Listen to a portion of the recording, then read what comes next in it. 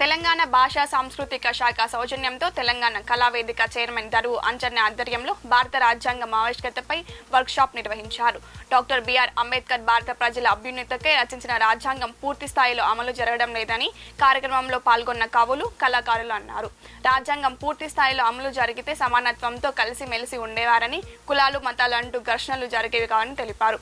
ఈ కార్యక్రమంలో కూకట్పల్లి ఏసీపీ శ్రీనివాసరావు, పాషం యాదగిరి, బత్తుల సిద్ధేశ్వర్ పటేల్ తదితరులు పాల్గొన్నారు.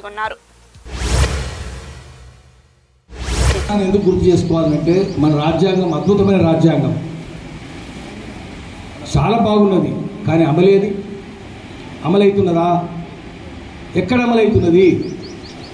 రాజ్యాంగానికి 4 స్తంభాలు ఉన్నాయి: justice, equality, Liberty, fraternity.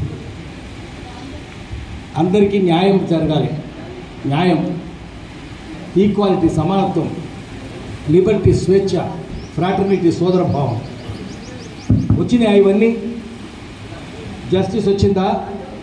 Equality వచ్చిందా? లిబర్టీ వచ్చిందా? ఫ్రాటర్నిటీ ఉన్నదా? లేదు కదా. మరి ఇప్పుడు మహోత్సవం అమృత జ్ఞాపిక తీసుకోవాలి. రాజ్యాంగం ఇస్తాం, ఇది కూడా ఇస్తాం. పెద్ద పుస్తకం వేసి ఇద్దాం.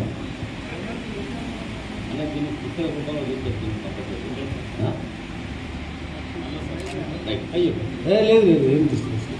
రేపు ఈరోజు పూణేలో 43 డిగ్రీలు, చిన్న పిల్లలు ముసలోళ్ళు గడగడలాడుతున్నారు, చచ్చిపోయే పరిస్థితి ఏర్పడింది. రేపు ఇంకా హైదరాబాద్ కూడా అట్లనే అయిపోతుంది, బాంబే అట్లనే అవుతుంది, ఢిల్లీ అట్లనే అవుతుంది. 50 డిగ్రీలు అవుతుంది వాతావరణం. ఇంతకుముందు పెద్దవాళ్ళు ఇక్కడ ఉన్నారు, ఇంత వేడి ఎప్పుడైనా చూసిర్రా? అంతకంటే ముందు ఇంకా రేపు 50 డిగ్రీలు. యాత్రకు విరామం లేదు.